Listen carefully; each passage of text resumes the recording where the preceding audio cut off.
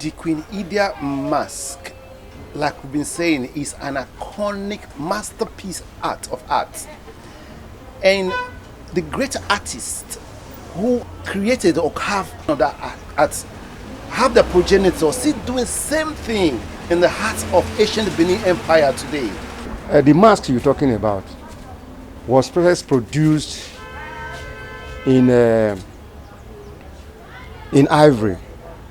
So it's an ancient work produced here in Igun Street by our forebearers.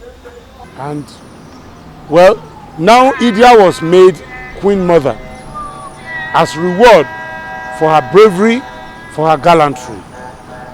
And the mask you see today is immortalizing Idia. The Benin people had a way of recording history. They are recorded in their artworks, in bronze, in carvings, in motifs. The Idia mask tells a story. When you look at the headgear, it's supposed to be an okuku. Okuku is the headgear of the Eloise, that's Oba's wives. But what adorns Idia is a celebration of the conquests of Ida. But they are not Ida warriors, but it is showing the advent of Christianity in Benin at that time. So you find on the head Roman Catholic priests from Portugal. Idia mask was one of the artworks looted from the Benin Palace during the British invasion of 1897, and it has found its way to the British Museum. Data gathered from journals, from oral historians, from eyewitness shows that one of the most iconic masks on earth lies somewhere in this building. And this is one of the most iconic buildings in the United Kingdom. And which mask are we talking about? Today, we are still tracing the journey of Queen Idia mask, Idia Iyesige from the Benin Empire. So follow me while we track the exact chamber where Queen Idia mask lies in this iconic building. Follow me. Now, what you have here was after the conquest of the Benin Empire, the palace was sacked and full of art was made from ivory. Were not just taken, they were stolen by the British soldiers. And if you go around this museum, you have them all littered everywhere. You have people trudging in here to admire the beauty of artwork from the Benin people. And now today, the people of the Benin and the people of the Federal Republic of Nigeria are yearning to have this artwork returned back to Nigeria. And you may ask, what's holding them back? In a house of asylum and a house of exile.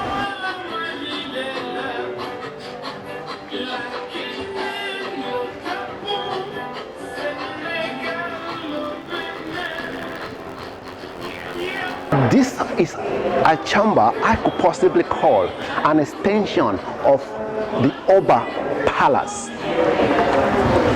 The symbol of the Benin ancient empire lies here, the Ada and Eben. Here, from what you can see here, 70% of the artwork here in this museum are from Nigeria. A few of them from Ghana. So possibly we could track Queen Idia mask here. Wow, amazing, amazing. We found Queen Idia mask all the way from Africa. Here lies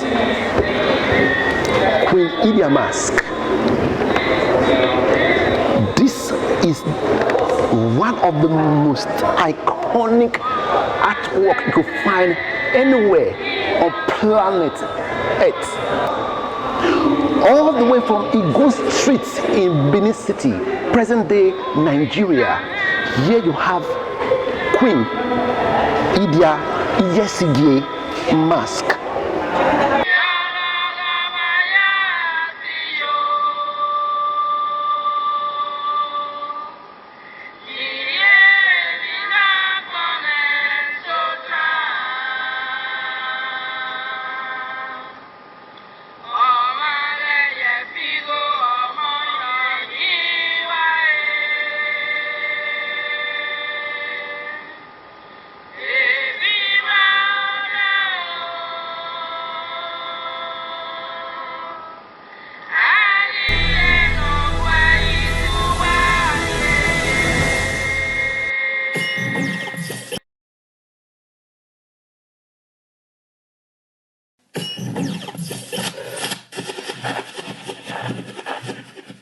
One phenomenon that boggles and staggers people's mind is this trend among parents of African origin who have to send their children down to Africa for one reason or the other. This time, not for a holiday, but for a very long stay. Let's investigate. An inquisitive mind will want to find out what could provoke these African parents to shun the very comfort of an egalitarian society like the United Kingdom and opt for Africa to a place widely believed not to offer what Europe could offer. My father was a strong believer in our culture and tradition, which you don't find here. To go back home and have his children grow up in Africa. My parents, I think they were scared that we were turning our backs on our own culture, even though we weren't really aware of it. Children in the UK here, based on how they grow up here, they don't have any fear or respect for their parents.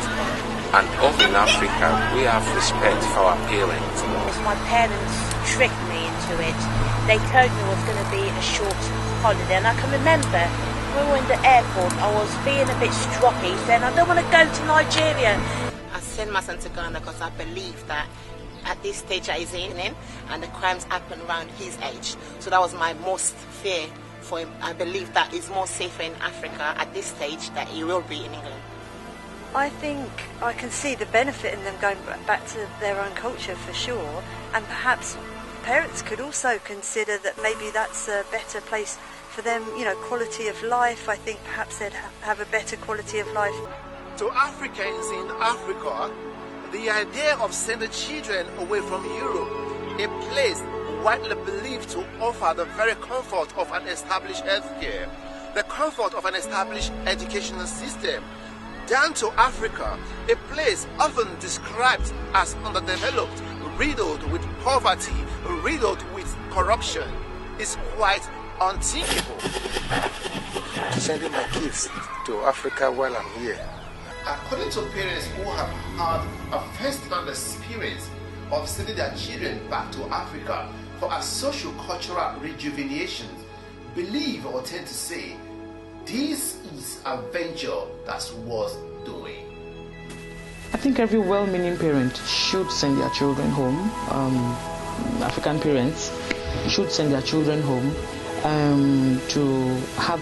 I don't see anything wrong for somebody living here. If you take your children back home for all the culture, all this respect, how to live in society.